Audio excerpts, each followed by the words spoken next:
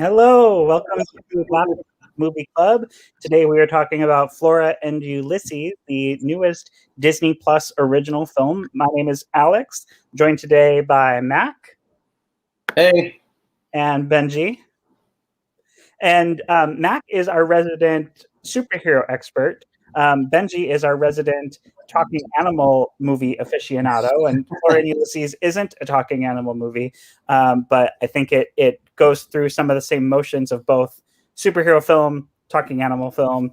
So I'm curious to know from both of you, when you first heard about Flora and Ulysses or first watched the trailer compared to your initial reactions watching it, what were you expecting, and did you feel like Disney delivered with the final product? Benji, we'll start with you because I know your opinions are already very high on this film. Yeah, I mean, honestly, I didn't even watch the trailer because it was, it was one of those Disney Plus movies. I kind of felt like I knew where it was going to go, and I didn't need to see the trailer to know, to get clues as to what kind. I was going to watch the movie, and what's the trailers? I wasn't hyped for it, but then when I saw it, there's the Disney Plus original films kind of had sort of a level to them. I felt like they were, there was a lot of emotion. There was some humor, but it wasn't like there was nothing I would say. Timmy Failure wanted to be funny and it was good, but it wasn't as funny as I thought it was. And I felt like this was just like a fantastic, fun, sort of almost 90s style Disney comedy. A little bit higher than A Wonderful World of Disney film, but it kind of had that same sort of vibe to it. And I just felt that all the pop culture references, which, can quickly become overused, but I felt like they just did it the perfect amount between referencing DuckTales and Titanic and other things and just the Marvel universe in general. Yeah, we've got a whole segment of the show today where we're going to be talking about synergy. And for anybody who's just joining us, if you're watching this with a scroll on the side, we are live. So feel free to interact with us. You can send us a question or a topic you want us to talk about, or even just share your own comments on the film and we'll post them up on the screen. But Mac, what about you? What were your initial reactions to Flora and Ulysses? And was there a difference between what you thought you were going to get versus what Disney delivered? So, like Benji, I don't remember watching the trailer. I'm pretty sure I did at some point, but I think it was in the mix of, the Investor Day announcements and everything. And it was so far down on the list for me as far as, what I was looking forward to seeing. So I didn't come into this with very high expectations. I did find it very funny. I laughed out loud several times throughout this movie. It did feel, I think Benji actually nailed it when he said A Wonderful World of Disney movie. It didn't feel like a big, theater release kind of movie. It felt incomplete at some parts. They kind of rushed through some of at least the squirrel part of the story. There's obviously a deeper story going on here, but I think I found it very enjoyable. I think there were a lot of really funny moments in it. And of course I love the superhero element of it as well. Like Benji had said, the 90s aesthetic, it reminded me a lot of movies, not so much from Disney, but things like The Little Rascals, which were Universal, and Little Giants, which I think was Warner Brothers. It had kind of those feel of like a kid without really much parental supervision, kind of doing what they want. And yes, there is a subplot about parents getting a divorce and kind of a broken family thing going on. But I happened to really love it. But I do want to talk about the synergy of it. Obviously, we've got our Marvel guy, and this film, more than most, really leans heavily into the Marvel IP, plus some Fox acquisition stuff. What were some of the synergy moments that you were, I guess, delighted by, or that you found really fun or surprising? There were definitely a lot kind of sprinkled in throughout this movie. I mean, right from the beginning, you jump into Marvel comic books and they start showing, you're talking about Wolverine and some of the other characters. I know the Fantastic Four popped up. I mean, there's so many Marvel references and even subtle things, I think, like the giant donut diner. I mean, it's very similar to Tony Stark and Iron Man 2. So yeah, really a whole lot of things like that. And of course, the doorbell, the Imperial March doorbell, with the Captain America shield as the button. Right. Yeah. So a lot of cool little things like that. What about you, Ben? To me, a lot of times when they make these movies where there's a comic book, there's comic book characters in it that aren't part of the Marvel or DC. They just sort of have these like generic superheroes because they can't get the rights. So it's kind of neat to see a kid referencing superheroes that actually exist. I mean, she talks about the ones her dad made, but it's not like, it always felt completely unnatural when there's a comic book fan and never references a comic book character you've ever heard of. Because, I mean, obviously she doesn't talk about DC, but like no comic book person. Actually, she does. There's a shocking amount of DC, even just like in the comics she brings to the counter in the beginning.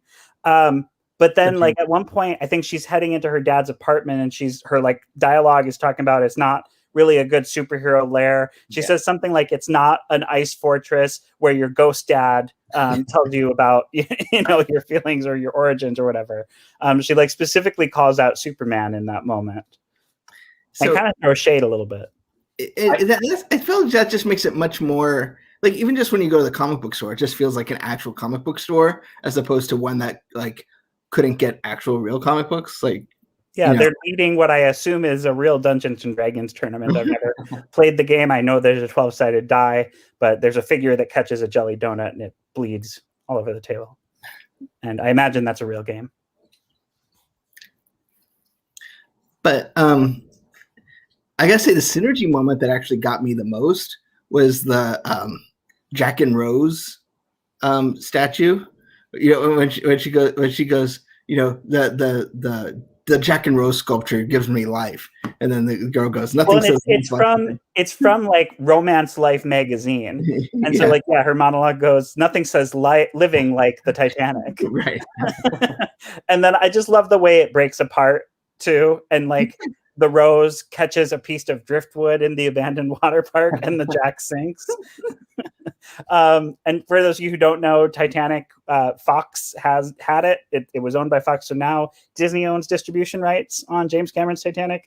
I'm not a huge fan of the Aliens movies, but they specifically recreate the part where the alien bursts out of the guy's chest with the cat.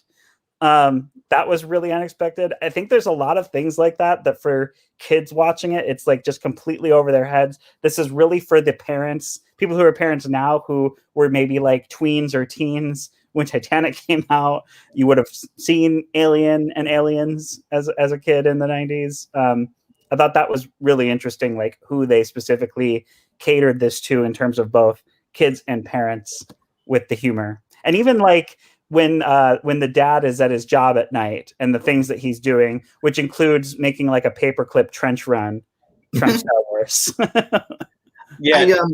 Part of that bothered me though was that he played Unusual by Tom Jones and never once did the Carlton. I was wondering if I don't know how that doesn't come up when that's because Alfonso Ribeiro like sued like Fortnite. Oh, did he really? Because like I guess like added that dance. It's like he didn't win, but like it's not worth. Right. Not worth the bad PR. But I was also going to say a lot of the times in those movies, what they're doing on set has nothing to do with the song that they put in the editing, which sometimes has to do with what they can get the rights to in the end. So he also might not have known what song they were going to be using. But I love that whole sequence. Curious to know your guys' thoughts on the casting, what you guys thought of the principal actors. Well, what I was impressed with, so when I first heard the casting, I was like, okay, so you've got Huey, Dewey, and Louie, and I didn't know Webby was in it, but she's in it. And then like a lot of times that stunt casting, it's like, okay, we want to have stunt casting, so they don't always fit the role. But I felt like everybody was perfect for the role they cast. Bobby Moynihan, I'm pretty sure, does own like a comic book shop, or at least like was been cloned by like comic shop guy or something. And then you have you had Ben Schwartz, who's just kind of like the lovable goofball father, the role he was born to play. Danny Pudi just can play that kind of character great too. And then Webby, whose name is escaping me, Kate Micucci is like the way she just was obsessed with rabies. I thought was just hilarious. And whole place is crawling with rabies. So I thought, it was. I mean, obviously it was stunt casting, but I felt like it might be hard to find something where they've done stunt casting and it worked out that well. And what's interesting is most of them have scenes with each other. I think the one exception is Bobby Moynihan. I think only has a scene with drawing a blank on the dad's name, Ben Schwartz, but he doesn't have a scene with the other two. But one of my favorite moments that was probably improv is when Dan Putty takes his little like clicker and he tries to put it in a pocket and he can't get it, and he's like trying to impress the waitress, and like eventually he just like gives up, but he's like trying not to look down for his little pocket for his pen to go in, which I found hilarious. Yeah, I loved this cast too. I mean, I've been a huge fan of Danny Putty since Community, and he does. I don't know if either of you guys were big fans of Community, but a lot of his like ridiculous movements are very similar to stuff that he did on that show when he's impersonating Nicolas Cage. So that gave me a flashback there, which was really funny.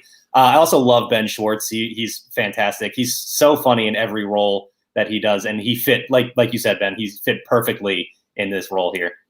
I think Allison Hannigan did a great job too, but I will say I have a hard time separating her from the movie I first saw her in, which is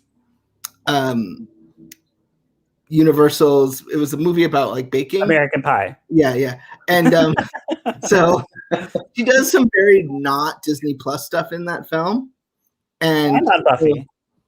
And see, I never watched Buffy, so like for me, it's she plays the mom in Fancy Nancy, and she was the band camp girl, and so like, and Lily in How I Met Your Mother.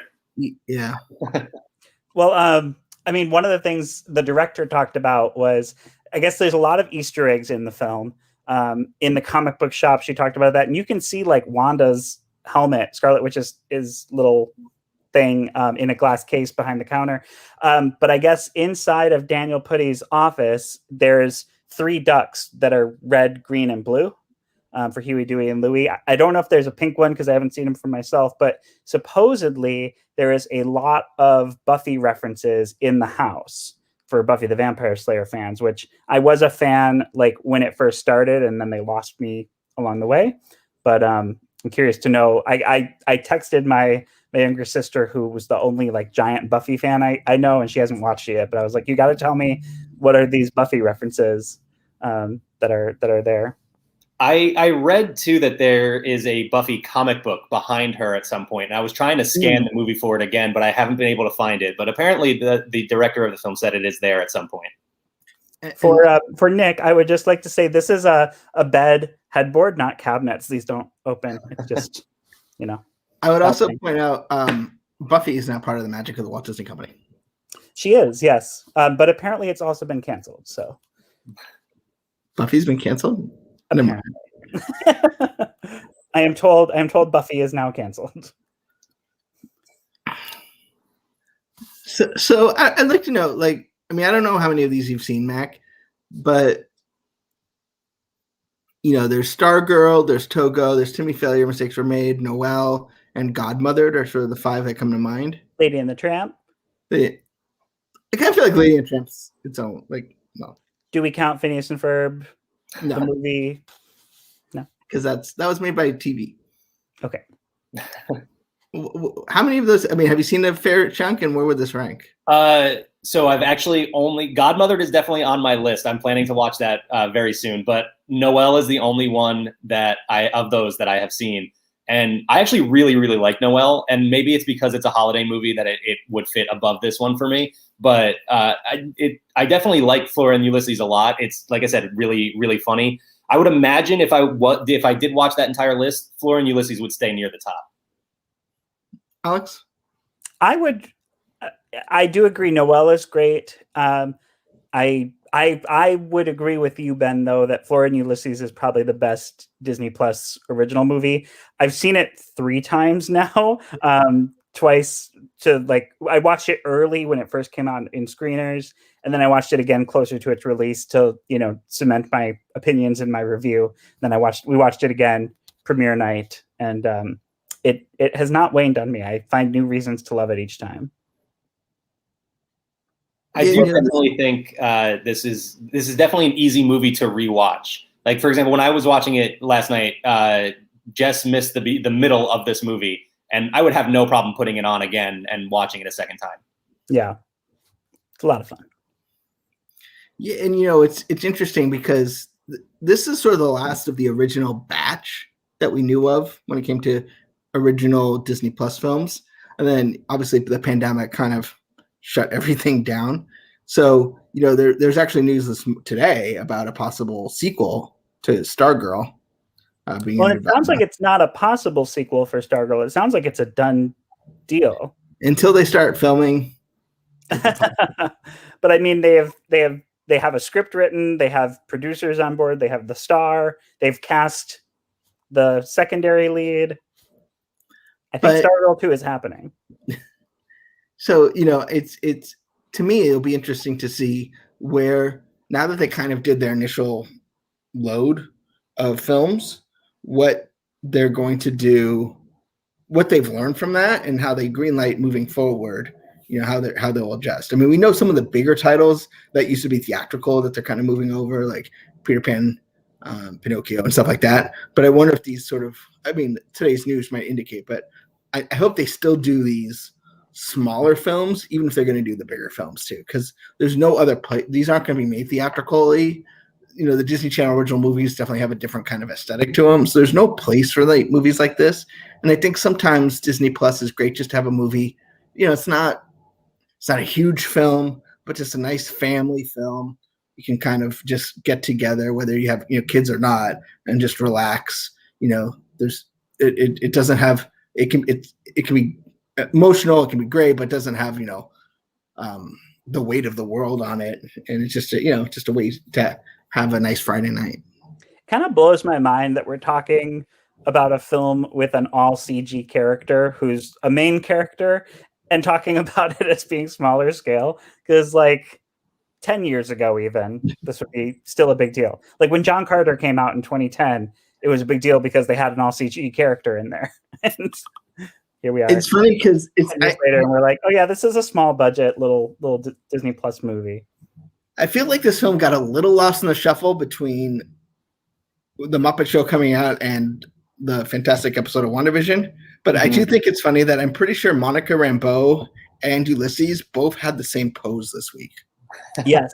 Well, and one of the other funny things learned during the press junket was the director said the animation team who created the computer version of Ulysses, they were adamant that they not break the rules of what a squirrel can physically do with its body. Obviously, it can't fly through a donut shop. But in terms of that superhero pose, when that was in the script, they said, no, we can't do it. And she said, what do you mean? And they said, well, a squirrel couldn't do that. She said, you're wrong. And she pulled up YouTube videos. And I've done it. I took her word for it. But you can look up YouTube videos of squirrels in real life doing the superhero landing.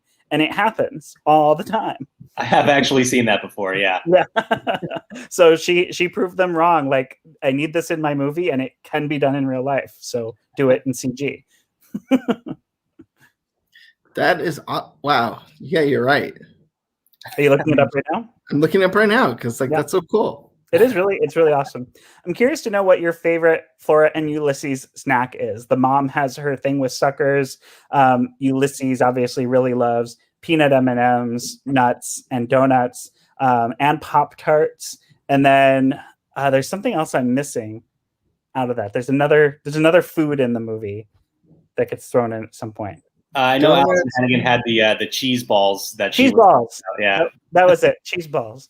Curious to know what would be your snack of choice out of the options featured in Flora and Ulysses. As far as what I would most likely eat, it's probably the trail mix that Ulysses is tearing through at some point. But the Pop-Tart scene really got me when he dropped William and grabbed the Pop-Tart. That was one of my favorite parts of the movie for sure. I will also say that part was a little unrealistic because if you've ever had a Pop-Tart, you know that the jelly isn't thick enough to drip.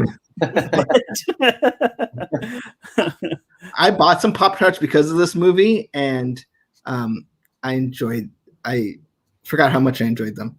Yeah. So this movie, C-Bacon, this movie takes place theoretically in the real world. So there's not Marvel, like it's not part of the MCU or any sort of Marvel universe, but just like there's comic books in our world, there's comic books here. And so the characters exist as fictional characters, just as they do in our world. Well, see, I looked at it as this is Earth 1, and Wanda could bridge the gap from 616. At some point, we'll see how that works out. Yeah, apparently she's going to bridge the gap to like the Disney Animation Studios Big Hero 6 universe or whatever. Right. That I would love, because obviously I fell in love with Disney's Big Hero 6, and then when I looked at the comics, I was like, that ain't it. Where is Baymax? Yeah, very different in the comics. Yeah. Not to be confused with Disney Plus's Disney Parks Cinematic Universe, the DPCU.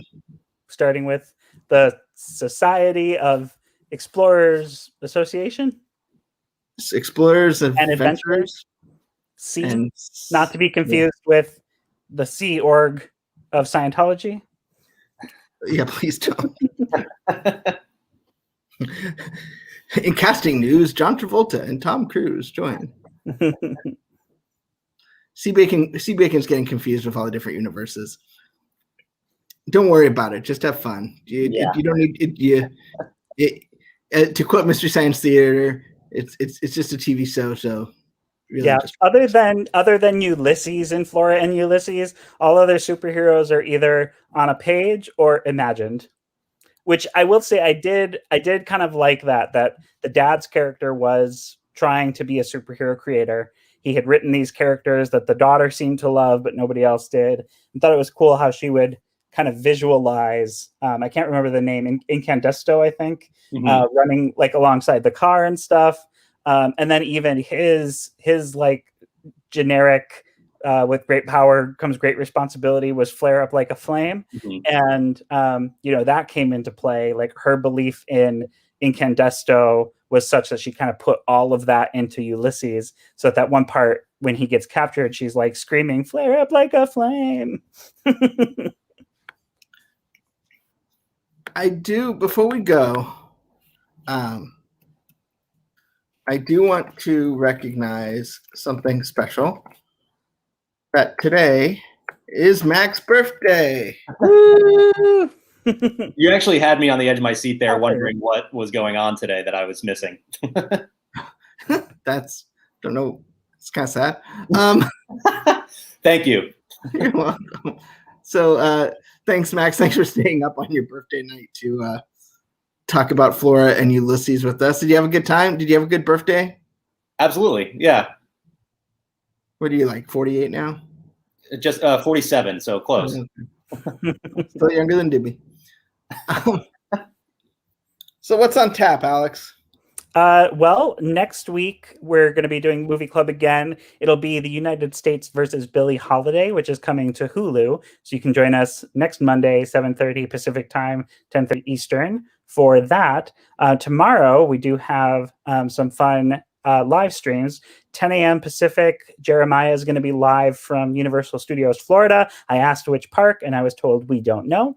At 4 Pacific, we've got Barely Necessities, Becca and Rebecca with our weekly merchandise show. And then you can also tune in tomorrow night at 7:30 Pacific, so this same time as this show, for Disney Trivia Live, presumably with Doobie and Gideon. Absolutely. Got some... who is Mac? Oh, that guy. The birthday boy. From which universe are you from, Mac? I've lost track at this point. I've been trying to follow along with WandaVision, and I'm losing track of myself. So you've been changed by the code. I just all that really matters is you tune in Wednesday at 1 from me and Mac. Mac has his Marvel Monday show with Becca where he talks about WandaVision every week, but I have a lot to say, so we're going to talk about it next week on Marvel Time at 1 p.m. on Wednesday. Cool. One more point I have to make before we wrap up, though, about this movie. The character of William is basically just Daredevil, right? Like that's what they were playing at here. I mean, he's wearing red the entire time. He has the glasses. I couldn't let that go as a Marvel fan. I didn't catch that, but William has. I would say William has one of my favorite moments in the movie where like he's introducing himself to Flora's dad, and the dad like sticks out his hand. He's like, "Oh, of course, I'll come to you." Just one of those like silly little things. Like, this boy's hysterically blind; he can't see you. Also, there's a moment where Ben Schwartz tries to give him a high five. Yeah, and Ben Schwartz just like grabs his hand and does it. And when Ben Schwartz can't drive because he has a stick, and he goes like, "Don't look at me, I'm blind." And then they crash, and he's like, "Maybe I should have driven." Good times. So thanks so much for joining us, and we will see you tomorrow. All day, every day. That's all we do. We wake up, we do Disney stuff. We go to bed, we wake up, we do Disney stuff. It's that shirts that you can buy in the park. Eat, sleep, Disney. Right. Eat. That's our lives, for better or for worse. Everybody.